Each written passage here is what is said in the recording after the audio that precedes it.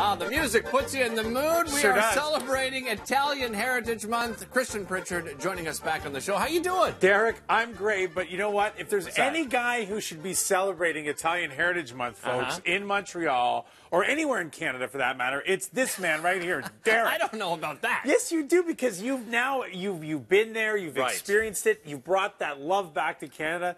How was Italy for you? Listen, it was the most incredible vacation I've ever. It's my first time that I've ever been to Italy. My wife and I fell in love with it. The people, the food, the history, just everything about it was incredible. And I know you've been many times. Love it. It's one of those places in the world that as soon as you step foot in, it just changes even your perspective on life. How did this Canadian boy from the beaches in Toronto end up working with Italians? It's because of that love, Derek. It's because of that. You know what? It just draws you in. It's so great. And that's what Italian Heritage Month's all about. That's what Canadians have contributed all the way across the country, no matter what your background is. Agreed. So you're going to help us celebrate, right? With some great food today on the show. Well, you know what? Like, you guys just had National, and then you got another long weekend. So let's just show you how quick you can get things together. Right over here, antipasti. And then, of course, you have all the charcuterie board. This is minutes. Just throw it out of the jar. You're set to go. I mean, even if you have bad weather, which we won't. No, of course we won't. Of course not. You can still be ready to go. But it doesn't matter. And you know, this is great because if you have, like you said, you know, we have our second long weekend in a row coming up, and you're having a lot of people over, and you don't want to put all the work into it. Exactly. Just buy stuff and throw it on a plate. And Derek, that's the thing. Once you start knowing your Italian friends, the thing is, you know, me from an English background, the thing is we're always like, we take like 17 weeks to prepare for a party. Or, you know, times are like, come over this afternoon.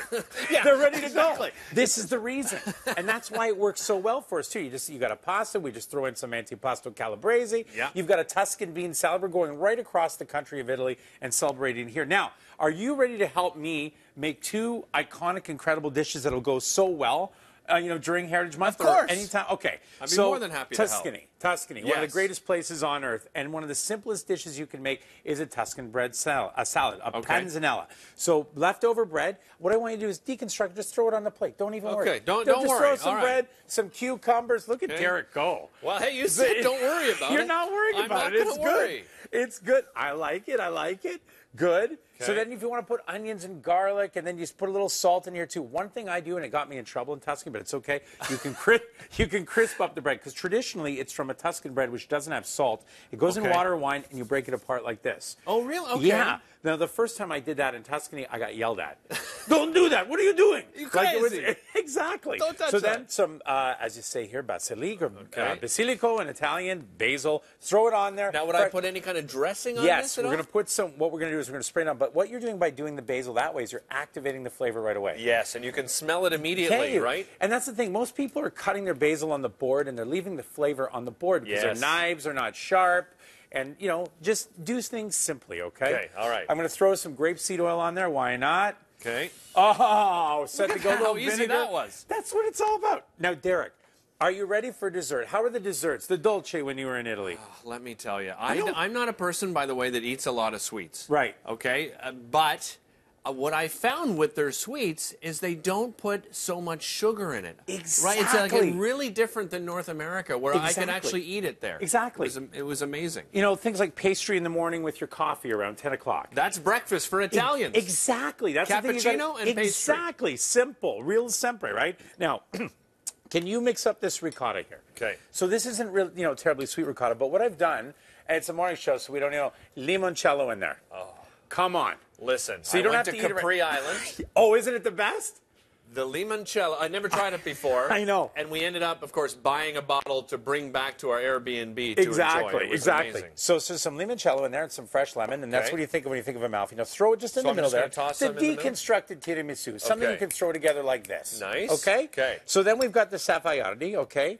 And then these are Vincenzovo. Okay. So this is Vincenzovo Safaiardi. Nice. So put them in like this into that ricotta. Oh, come on, is it better? Now, we got to throw our Canadian, our Quebec, our Canada in here. The strawberries are in season. Yes. Get them on the amazing. plate. Yes. So throw them on there, Derek. Okay. If you want some cherries too.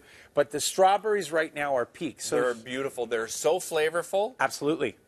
And it's as simple as this, is that you are putting together an Italian-Canadian dish. Simple. You eat it. Everything here you just put together in minutes, and you're ready to entertain and rock and roll. Italian Heritage Month. Italian Heritage Month, and it's celebrating so easy. So I want to, before we run out of time, yes. if I'm cooking Italian at yes. home, what are the must-haves in my pantry? Tomatoes, okay, from San Marzano. All right. A great pasta from Abruzzo, Italy, okay, east of Rome. That's slow-dried, fantastic pasta. There's a big thing. You'll really learn that, too.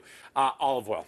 There you go. Your 3 must-haves. Hey, happy Italian Heritage Month to you. Always a pleasure having you here. Love being here. Enjoy and celebrate. We'll be back with more BT coming up right after this. Ciao.